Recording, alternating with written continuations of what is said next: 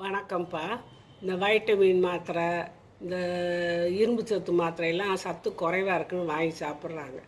அப்படி சாப்பிட்றதுக்கு பதிலாக இந்த மழை காலத்துலலாம் இந்த பண்ணைக்கீரைன்னு சொல்லி ஒரு சில ஏரியாக்களில் சொல்லுவாங்க. ஒரு சில ஏரியாக்களில் வந்து மகளிக்கீரை, தொகுளிக்கீரைன்னு சொல்லுவாங்க. மழை காலத்தில் விளையக்கூடியது, அது பாட்டில் காட்டில் விளையக்கூடியது. அந்த கீரையை வந்து வாரம் 2 நாள் புளியை போட்டு, பருப்பெல்லாம் ஒன்றும் போட தேவையில்லை, புளியை போட்டு நம்ம கடைஞ்சி வேக வச்சு புளி போட்டு கடைஞ்சி வெங்காயம், காஞ்ச மிளகா, சீரகமெல்லாம் போட்டு தாளித்து இந்த கேழ்வரகுல களி கிண்டி அந்த களியில் தொட்டு சாப்பிட்டோம்னா நம்மளுக்கு என்னென்ன வைட்டமின் தேவையோ அத்தனை வைட்டமின் அதில் இருக்குது.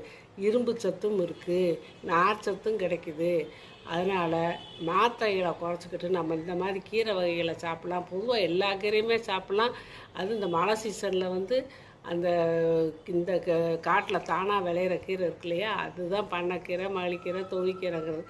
அதை நீங்கள் சமைச்சு பாருங்கள், சூப்பராக இருக்கும், டேஸ்ட்டும் நல்லாயிருக்கும், உடம்புக்கு நல்ல பலத்தையும் கொடுக்கும்.